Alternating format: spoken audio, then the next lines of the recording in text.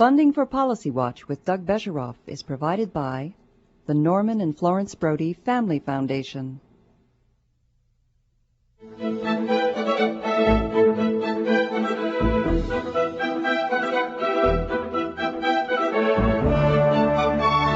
From the University of Maryland, this is Policy Watch with Doug Besheroff. The home life of an elected politician has frequently been described as life in a goldfish bowl. But what impact does that have on political spouses with established careers of their own?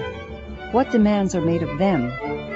To find out, Policy Watch is joined this week by Lynne Cheney, Senior Fellow at the American Enterprise Institute in Washington, D.C., author or co-author of 7 books, and the wife of Vice President Richard Cheney.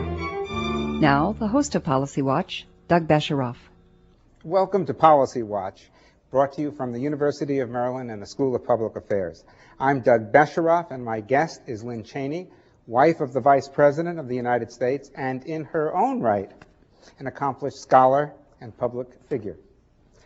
Lynne Cheney, born in Casper, Wyoming. That's it. Population 16,000? When I was born it was, yeah, yes. Not now. Well, it might be 30 now, or 40 maybe. Master's degree, University of Colorado. PhD, University of Wisconsin, editor of Washingtonian Magazine, the hometown magazine, chair of the National Endowment of the Humanities, host of CNN's Crossfire, so I'm here with a pro, author or co-author of 7 books, and now wife of the Vice President. Welcome to Policy Watch and the University of Maryland. Thank you.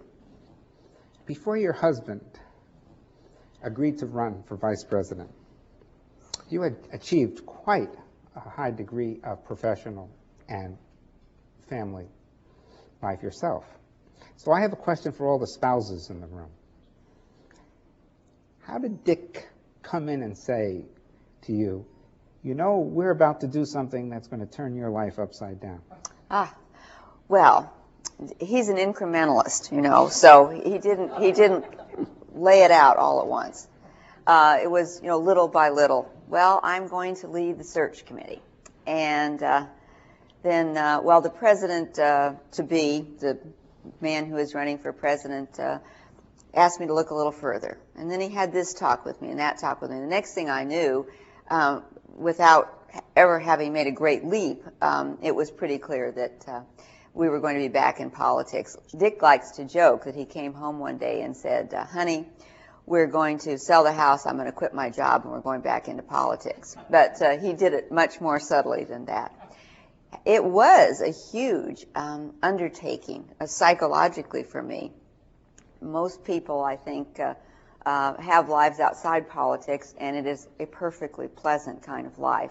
Politics is quite an adventure. And I had anxiety attacks in the middle of the night for a while. When we first started, I'd wake up at 3 o'clock in the morning dreaming that I'd leapt off a cliff. Now, I don't know if technically that's an anxiety attack, but in fact, I think that was a pretty good metaphor for what we were doing. We had a very settled existence and then back into the maelstrom of politics. But it was absolutely the right decision. I'm very glad Dick made it, and I'm glad we've been on this journey. Mm-hmm. Well, I was thinking about this, and unlike many of the other people who run for the highest offices in the land, Dick and you had not been involved in the primary season. So you didn't have sort of that testing period. You were thrown in right away to the... Is there a school they send you to before you begin? Is there a few hours where they say, don't do this, and so forth? Not really. I mean, Dick has had a long career in politics, and so I think he probably doesn't need the kind of elementary guidance that you might need under other circumstances. But it was a shock. I remember we had a house in Texas that had a Palladian window, the kind of window that has a top that's curved, and it's up high, so you don't need to put curtains on it. It was over the front door. And one day I walked out of the bedroom and looked up, and there was a camera up there. It was on a crank. I don't know the technical term here, but it was up high, peeking in the front window. I knew we were having a new life then. Well, I've heard rumors about stories on the campaign trail about cell phones getting confused and so forth. Campaigns, while you're going through them, are experiences like a roller coaster. Great highs of exhilaration, great lows when the polls look bad, and another great high of exhilaration. Afterward, though, when you look back on it, it just seems like the greatest fun in the world. And there are so many funny stories to tell, but one that my children like to tell on me, our whole family was involved in the campaign. Both my daughters, the granddaughters, were on the campaign plane as well. And the campaign plane was sort of rickety and old. And when it landed, it didn't land very gracefully, and it didn't have the kind of overheads that stayed shut. So, you'd land, and all the overheads would pop open, all the things would fall on the floor, and they would all roll to the front of the plane where Dick and I were sitting. And frequently there'd be a cell phone or two. And since I could never find my own, I would just reach down and take whatever one happened to surface after a landing. It worked great for me, but every once in a while the phone would ring, and I would answer it, and I'd say, "Why are you calling for Elizabeth on this phone?" And of course it was Elizabeth's phone. But campaigns are great adventures, and it really was the campaign and seeing the country. You see it all so fast, and you're right, we were in such a compressed period. But one day you're off the rocky coast of Maine, and the next day you might be in Minnesota, and the next day you're in California, and you just see what an amazing country this is. And it really was the inspiration to write my first children's book. This is America, a Patriotic America, Primer. a Patriotic Primer. Well, having grandchildren on the plane, too, I just wanted to tell these little girls, I have 3 granddaughters, and they were all 3, even the tiniest one, on the plane. I just wanted to tell all of them what an amazing country it is, and to give them some idea of the history of this great nation we live in. Well, when Europeans come here, I think it's the case that they say, "You're so large." Yes, exactly. And, we grew up thinking, I did at least, thinking Austria was this important country. And I was shocked to learn that there were fewer people living in Austria than in New York City. We are in a continental country. We'll get back to your book a little later. Before we leave the campaign, this is a question about a fellow who does work at a think tank. And so when he's feeling tired in the morning, he sometimes sleeps in. We won't tell anyone who runs the think tank. It must be the kind of situation in a campaign where you can hardly ever be sick. What do you do if you have a cold, or do you just kind of plug away? Well, you keep going. You wash your hands a lot. You follow all this elementary health advice that we're always giving to our children, but you do, because having a cold is not a great advantage when you have a speech to give. Actually, Dick had, a tooth that needed a root canal about 10 days before the debate. And, what do? You can't go through the whole root canal process then. He just took antibiotics and made it through. And I'm sure there are millions of stories like that. There's always some big event coming up that you really need to be on the top of your form for. And so I do think that I think anyone involved in politics at this level thinks that they're about something that is very important, and that keeps you going in situations where otherwise you might just want to crawl into bed and pull the covers up. Now, on the one hand, you're meeting all sorts of people, and on the other hand, you're in a cocoon. Let me read you something I found as I was preparing for this. This is on the White House website, okay? It's Martha Washington, okay? And she said, "I think I am more like a state prisoner than anything else. There are certain bounds set for me which I may not depart from." There's a saying, you've been involved in foundations. The first time I joined a foundation board, I was told, "You'll never have a bad meal again. You'll never have a bad idea again. And you'll never know who your true friends are." Well, let's put aside the bad meals part, because there's a lot of chicken on the circuit. I understand that. But have you had a bad idea since the election? Oh, lots, I'm sure. But let's just go back to Martha's quote for a minute, and just security, I think, has maybe made the cocoon a little tighter than it ever was before, especially since 9/11. The idea of keeping the candidate and everyone around him or her secure has taken on a very high priority. So, there's never a day when I can just walk out the front door and go shopping or walk out the front door and go to a museum, or walk out the front door and go to a movie. And if you think about it as being in prison, which Martha did, I think that'd be pretty debilitating. You just don't think of it that way. You think of this happening for the benefit of the office that my husband holds and for the benefit of the country. It has to be this way.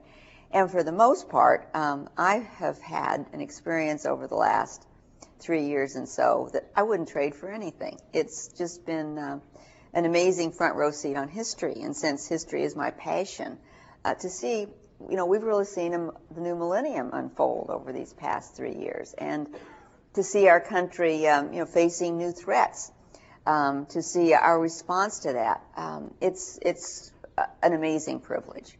I choose to look at the glasses very, very full. Fair enough. Fair enough. Although I do remember being at a meeting that you attended before September 11th, and you arrived, your car and one SUV. Well, well, I can't really talk about security issues, gone, but long change. Yes. I wonder if I could ask you a little bit about September 11th, because I think many of the main actors have talked about it, but you were in Washington on the morning. What happened? Where were you and what happened? Well, I was downtown, and when the first plane flew in, there was sort of an uneasiness. When the second plane flew in, it was pretty clear that I needed to get to a safe location. And it just happened that the nearest place to take me to was the Presidential Emergency Operations Center, the PEOC, the secure facility underneath the White House where Dick was. So I spent the day there, again, a front row seat on history. How amazing to sit there and watch it unfold with, Dick was there on the phone with the president, of course. Condoleezza Rice was there. Karen Hughes was there. The Secretary of Transportation was there, Norm Mineta, as he was ordering all the planes out of the skies.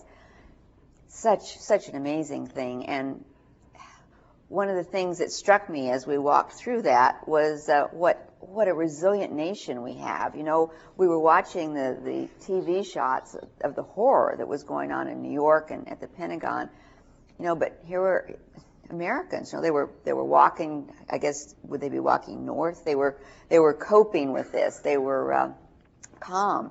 I can imagine situations in which people would not have kept their wits about them.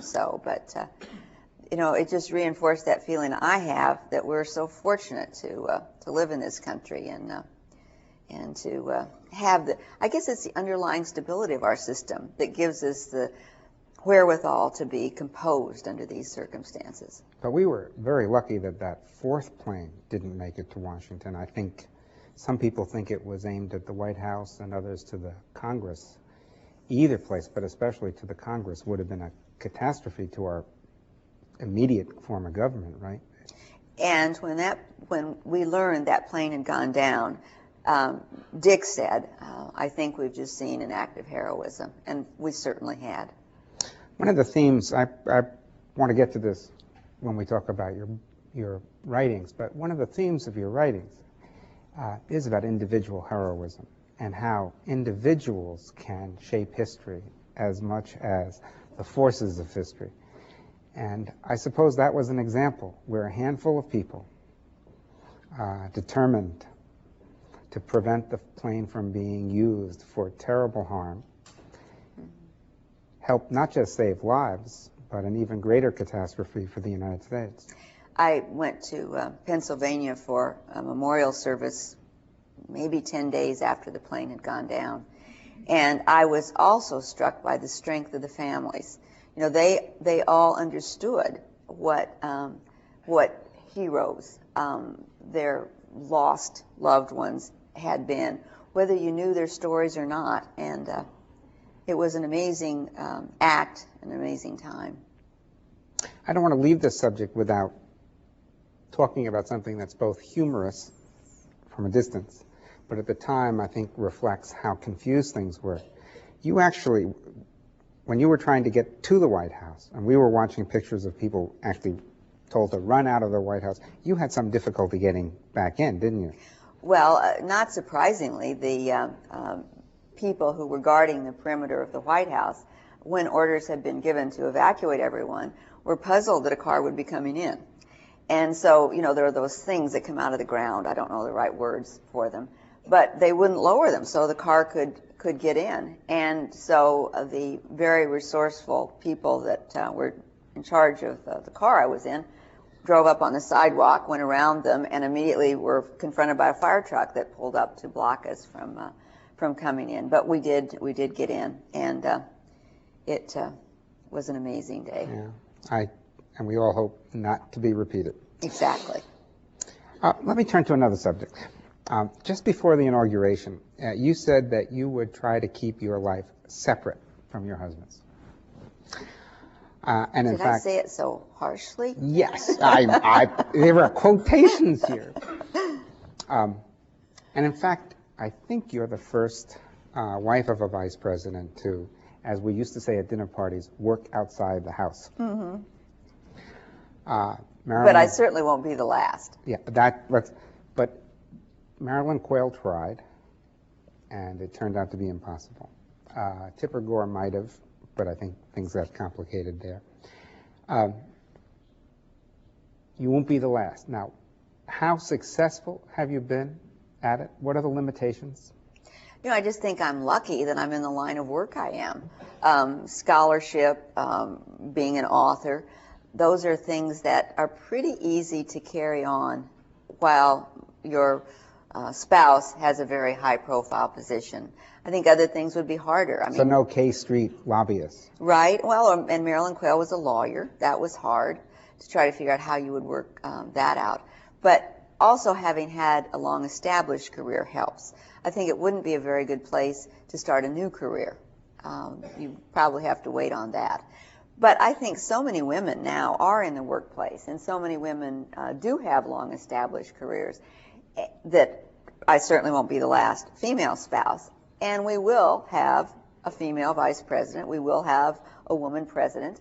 And men, simply because of the way our society has been for a long time, tend to have long-established careers. The first time a woman is either president or vice president, I think it will shake loose a lot of the difficulties that have surrounded having a presidential or vice presidential spouse work. What if, in, say, 2008, or depending on what happens in the next election, 2012, it's Senator Hillary Rodham Clinton from New York against Senator Elizabeth Dole from North Carolina? Could happen. What do the guys do in that situation? Well, probably they'll get on the vice presidential ticket. I think I've been told that's enough for that question. It will be a challenge for them. Let's stay on this for just a second, if you're comfortable with it. In the Howard Dean campaign, for the longest time, Mrs. Dean, Dr. Steinberg, I think wanted to stay out of the campaign. At least that's the way it looked from the distance. And then, before his campaign unraveled, she came out. There was a press call. Where is she? Why isn't she there? Is she against his running? And I wonder whether it's non-political enough and historical enough for me to ask you, can someone run for president, male or female, without one's spouse being involved? Well, I think that anyone's spouse should be able to make that decision, you know, not to be part of it. But it is a decision that is, I just completely don't understand. You know, this is such an amazing process. To run for office at this high level is such a rare thing to be able to be close to and to help with in a really intimate way. I wonder if he had, if Governor Dean hadn't catapulted so suddenly to the presidential level, if she might not have been more a part of it. You know, she might not have had a chance to see that few of us have the honor to get to be up close and personal when this is happening. Few of us get the chance to contribute in a way that I think spouses do get to. So I think we should absolutely respect her decision, but honestly, I didn't understand it. It's too much fun the other way. Yeah, fun. You know, Willa Cather once said that her definition of happiness was to be involved in something greater than herself. I haven't quoted her as eloquently as she deserves to be quoted, but she said it in My Antony, I remember. That's it. You know, it's not fun, yes, but it's also just the sense of purpose that it gives you to participate in an effort like this.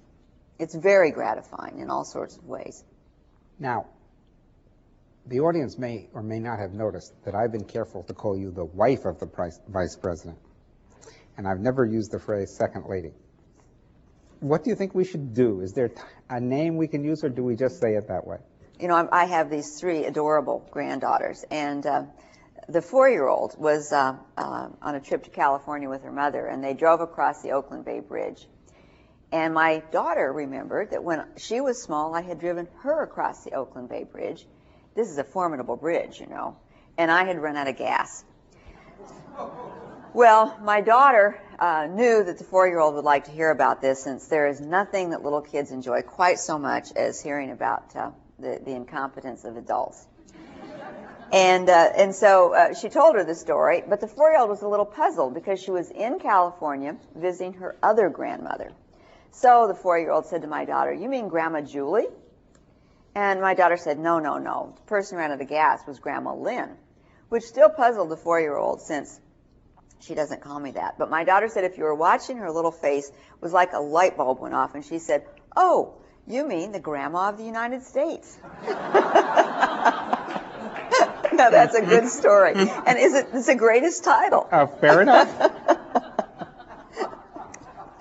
Before we close, the issue has come up about feminism. You know, are you a feminist? Are you not? Again, doing research for this evening, I discovered that after you got your PhD, and when you were looking for a teaching job, you had some difficulty to start with. And at one of your interviews, right, the dean or whoever is quoted as saying, "Dr. Cheney, are you really interested in this job, or are you married?" Oh, I know. And this was in 1970, when it was already illegal. But I didn't know, and I probably wouldn't have known what to do about it, even if I had known that this was not a proper question. It was very difficult in the academic world in the early 70s to find a teaching job in the humanities, period. But if there were openings, they were unlikely to go to women. You know, we were still operating according to that principle that there's a breadwinner in the family, and it's a man. I remember hearing Elizabeth Dole once talk about someone in her class at Harvard. She was one of the first women to go to Harvard Law School. And maybe there were 4 or 5 women in her class. And one of her male classmates said to her, "Aren't you embarrassed to be taking up a slot that could be filled by a man, who will, after all, have to earn a living?" So it's a story that tells how far we've come, and a story that I think tells why the fact that we've come so far is a good thing. I agree, but I think it's also a story, because there's a context here with many other women, of surmounting that without really becoming either bitter or radicalized. Sandra Day O'Connor graduated, I think, first or second in her law school class and was offered a secretary's job. Right? Yeah, that's right. I should say Supreme Court Justice Sandra Day O'Connor. Supreme Court Justice Ruth Bader Ginsburg, same thing. Senator Kay Bailey Hutchinson, same thing. Graduated law school and not offered a job as a lawyer. Why not bitter? Is it something to do with being a Westerner, or? You know, I'm not sure. It's kind of stick-to-itiveness, if that is a Western characteristic, and I think Sandra Day O'Connor certainly has her fair share of that. You know, just, I'm not going to take it. I'm just going to keep moving, keep going, and pretty soon somebody will give in.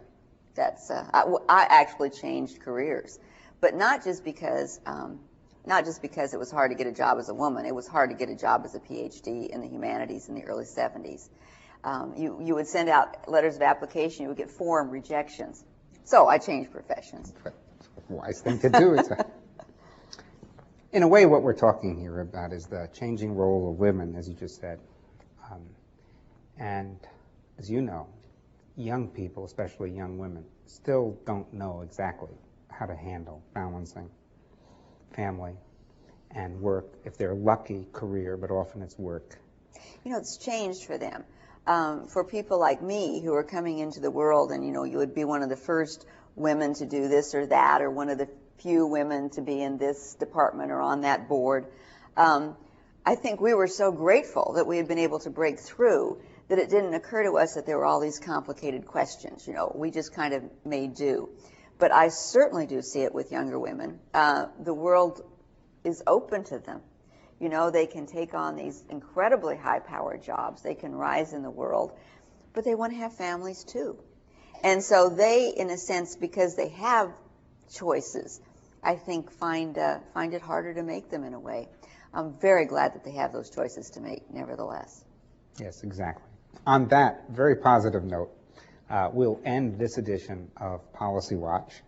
For those in our viewing audience, please join us again for the rest of my interview with Lynne Cheney.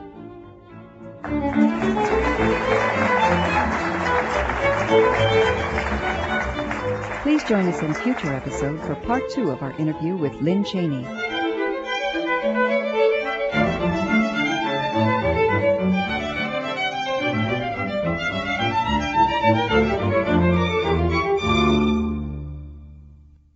Funding for Policy Watch with Doug Bejeroff is provided by the Norman and Florence Brody Family Foundation. We are PBS.